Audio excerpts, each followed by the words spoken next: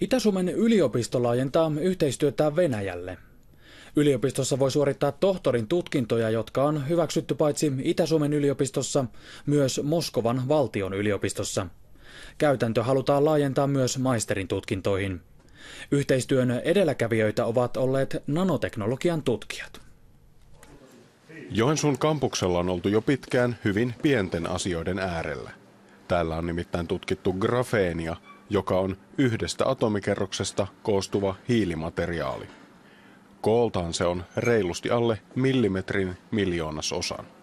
No, grafeenilla on hyvin erityisiä ominaisuuksia, kuten erityiset sähköjohto-ominaisuudet, jotka mahdollistaa sen käytön tämmöisessä hyvin modernissa elektroniikassa korvaamaan kenties jonakin päivänä osittain piipohjaiset materiaalit. Uskoa aineeseen on muuallakin, sillä asiaa tutkivat myös mikroelektroniikan, kuten prosessorien valmistajat. Maailmanmaineeseen aineen nosti fysiikan Nobel-palkinto, joka myönnettiin ainetta tutkiville professoreille. Nanoteknologia on tutkittu myös yhteistyössä alalla kokeneen Moskovan valtionyliopiston kanssa.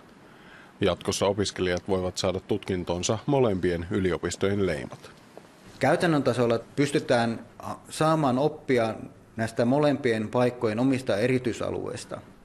Koulut hyötyvät paljon toistensa laitteista. Tällä hetkellä yliopistolla voidaan muun muassa tehdä nanorakenteisiin pieniä uria, jotka muuttavat esimerkiksi valon kulkua rakenteen läpi.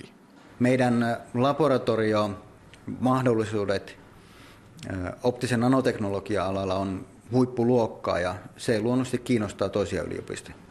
Huippukalusto kasvanee pian, sillä yliopisto on saamassa uuden, lähinnä EU-rahalla maksettavan 500 000 euron laitteen.